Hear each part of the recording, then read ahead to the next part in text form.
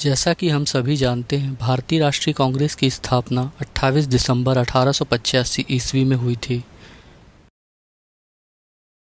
इसके संस्थापक Elon Octavian Hume थे।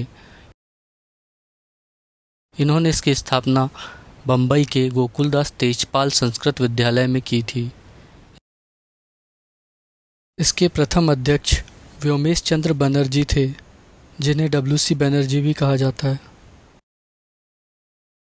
इसका सचिव A.O. ह्यूम को चुना गया। प्रारंभिक सदस्यों की संख्या 72 थी, जिसमें से बॉम्बे प्रेसिडेंसी से 38 प्रतिनिधि, मद्रास प्रेसिडेंसी से 21 प्रतिनिधि, उत्तर प्रदेश के अवध से 7 प्रतिनिधि तथा बंगाल और पंजाब प्रेसिडेंसी से 3-3 प्रतिनिधि शामिल हुए थे। भारतीय राष्ट्रीय कांग्रेस के कुछ महत्वपूर्ण सदस्य दादा भाई नौरोजी, फिरोज शाह मेहता, दिनसा वाचा, KT Telang, S Subramanya, CV राघवाचार्यर आदि थे।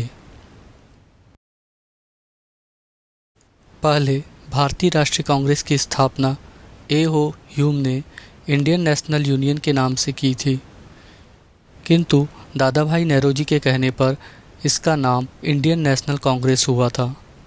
कांग्रेस पार्टी की स्थापना के बारे में प्रथम बार मद्रास के समाचार पत्र हिंदू में घोषणा हुई। 28 दिसंबर 1885 को कांग्रेस का पहला सम्मेलन बम्बई के ग्वालिया बैंक स्थित गोकुलदास तेजपाल संस्कृत कॉलेज में संपन्न हुआ। कांग्रेस की स्थापना का उद्देश्य देश हित के लिए लगन से काम करने वालों की आपस में घनिष्ठता और मित्रता बढ़ाना था। सामाजिक महत्व के प्रश्नों पर परिपक्व सम्मतियों द्वारा प्राप्त प्रामाणिक तथ्यों का संग्रह करना,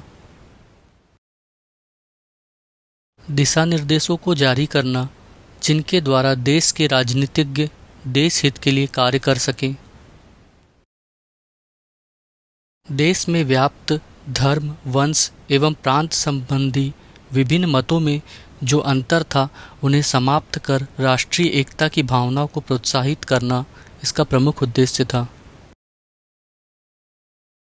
भारत और ब्रिटेन के मध्य संबंधों को मधुर बनाना, देश की जनता की मांगों का सूत्रीकरण कर उसको सरकार के सम्मुख प्रस्तुत करना भारतीय राष्ट्रीय कांग्रेस का प्रमुख उद्देश्य था। इस प्रकार हमने जाना कि भारतीय राष्ट्रीय कांग्रेस की स्थापना कब, कहां और किसने की तथा इसके प्रारंभिक सदस्यों की संख्या कितनी थी और इसको स्थापित करने का उद्देश्य क्या था। आशा करते हैं कि यह आपको समझ आया होगा। Please like, share and subscribe IAS PT 365 for more interactive content like this.